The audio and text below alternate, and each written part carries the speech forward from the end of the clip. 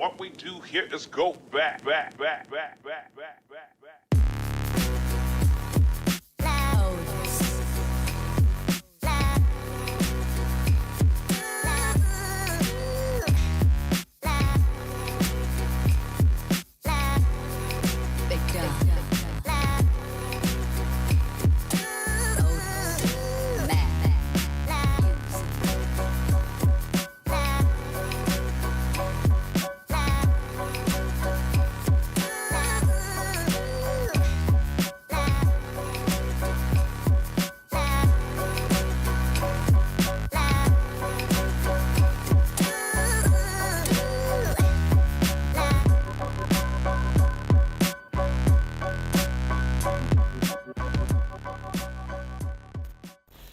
Good morning guys, I'm Jubert from Health Check together with Angelical Priete and Ken Pugata. and we are going to show to you our daily morning routine.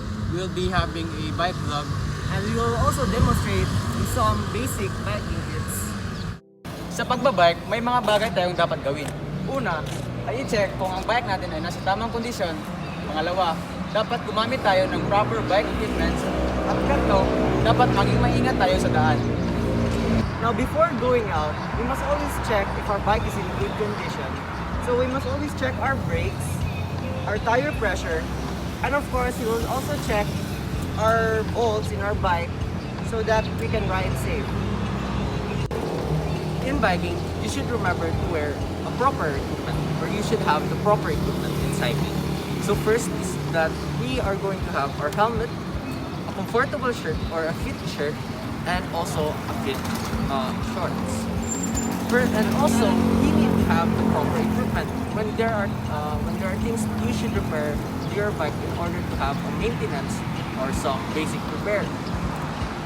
Third one is to always be aware on the road. We need to be on the right lane at all times, and then we need to know the basic hand signals when biking. So Ajeric will be teaching us the basic hand signals. Stop. The hand signal you use for stopping will most likely depend on the situation. On a large group ride, raising your hand above your head may be a more appropriate option because it is more visible to cyclists several positions behind. Slowing. When you're riding with other cyclists, it's always a good idea to alert those behind you when your speed begins to decrease. To signal that you plan to begin slowing, extend your arm with palm down and move your hand up and down. Right turn.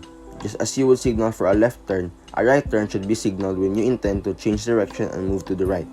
To signal a right turn, extend your right arm away from your body to shoulder height and point to the direction of the turn. Left turn.